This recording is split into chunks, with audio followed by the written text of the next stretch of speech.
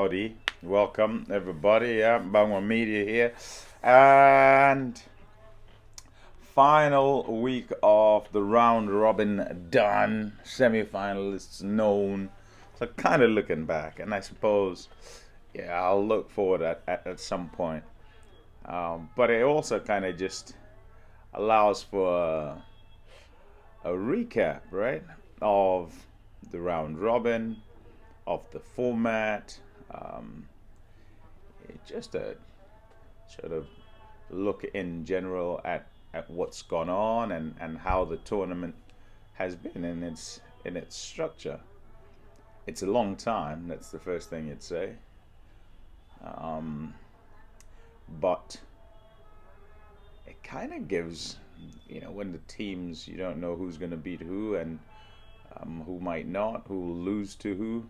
It kind of gives teams an opportunity to come back. So if you find yourself not having qualified for the semis, you can kind of comfortably say that a team's not been on it and has played um, sufficiently under par to not make it through to the semi-finals, and the best four teams will get through.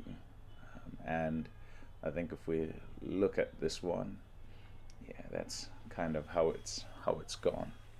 Anyhow, yeah, the final week was mad. I mean, I haven't spoken about Maxwell's innings, and one fell swoop, perhaps not quite in totality a fell swoop, but dramatic in the way it unfolded, in the way that he got his 201 not out, and 90 for 7, and he scores 200 runs, and they need 290 to win. It's an innings that will be spoken about for a very long time, for obvious reasons, but it kind of sorted out qualification for the Australians. And Maxwell, man, he's being those record books. Yeah, just incredible. Watching it unfold and thinking, oh, like most, if not just about everyone, including the Australian players who were on the side, kind of just seemed a matter of time before Afghanistan took his wicket, and then the others would not be able to manage to get that number of runs that was still to get. But wow, just wow. I think the story of the whole kind of week and that final bit of the round robin is exactly that. But what I would say though is kind of look on the other side of it. So here it is here, and this is what happened.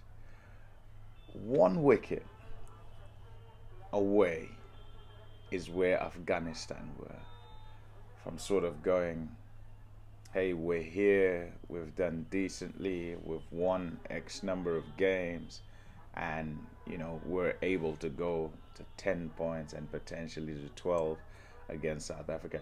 Now that South Africa game might well have gone differently if they had won against Australia, because there's this not so much momentum in terms of playing, but from an emotional perspective, they would have been on an even keel, maybe even rather up instead of down, because they were down. It would have been kind of dealing with, being so close and then not getting there when they got to play against South Africa. So on the other side of that is 10 points in the running, potentially on net run rate could get there, potentially could beat South Africa, Afghanistan, incredible. And this is not to say that they haven't already done well, because they have. I mean, having turned up in the tournament with just one World Cup win prior to this, and now they leave this very tournament having slain giants. I mean, unbelievable. Just unbelievable. What a side, what talent within that side as well. Really good to see, and the improvements through the tournament have just been quite fantastic. So no doubt they leave with their heads held high, and hoping to see them some more. Obviously, in the Champions Trophy, they qualified. Remember, they qualified for this tournament automatically by winning sufficient games in terms of bilaterals and all of that. So they'll be in the Champions Trophy. Let's see how that goes, and let's see if they're even better. That's what, in a year's time? No, a year and a bit, I think. Yeah, just over. All right. It was about Champions Trophy qualification as well, and England made it. I say it and I smile. I'm quite happy with the admission of Rob Key, who kind of said that they'd not quite focused on 50 over cricket. They focused on 2020s. They won that, and they also focused on Test match cricket. You know, baseball and all of that, new coach and everything like that. And so the 50 over game got neglected a little bit, or a lot, and it shows in the results that England got. I think it shows everyone that you don't just simply transfer the skills from either code, whether it be 2020 or Test match, to the one-day game and feel like you're going to have the tempo of it and go to a tournament and still win it without actually making sure they pay attention to it. So yeah, that's kind of what's happened to them. Decide to be talking about those India. Unstoppable. It's an unstoppable train currently, and through the group stages unbeaten, looking magical. I'll say this, and I will talk about the semis at some point. I'll say this, that the only side at present that can beat India is India. That's what it looks like. So yeah, but sport's not certain, right? It's not. You just don't know what's going to happen. You don't know why something might happen, and that's why we'll all keep watching and wondering, and let's see it unfold. Let's see where this kind of ends up. Pakistan, close but no cigar. The other side that made the Champions Trophy, Bangladesh, close. Tough on Sri Lanka, a whole lot going on there. So it's Sri Lanka and Netherlands who don't make it to that Champions Trophy. And it's Sri Lanka and the Netherlands who had to qualify to be at this tournament. And so some will say that played out in kind of exactly the way the rankings were, and for a reason, perhaps so. Yeah, I feel for Sri Lanka because of the injuries at the start of the tournament, and didn't help them at all. The Netherlands will probably feel there were some games they could have better put together, and opportunities here and there that they missed, but they still did well, I think. Worrying, maybe not so much of a worry, as how one-sided all the games were. I say all. There are a few here and there that you might say weren't one-sided, but generally the teams that won by a long way. And it would be close somewhere in the game, but one would pull away and that would be that, So, I don't know what that is. I don't know if that's kind of just the way the one-day game goes, the 50 over game.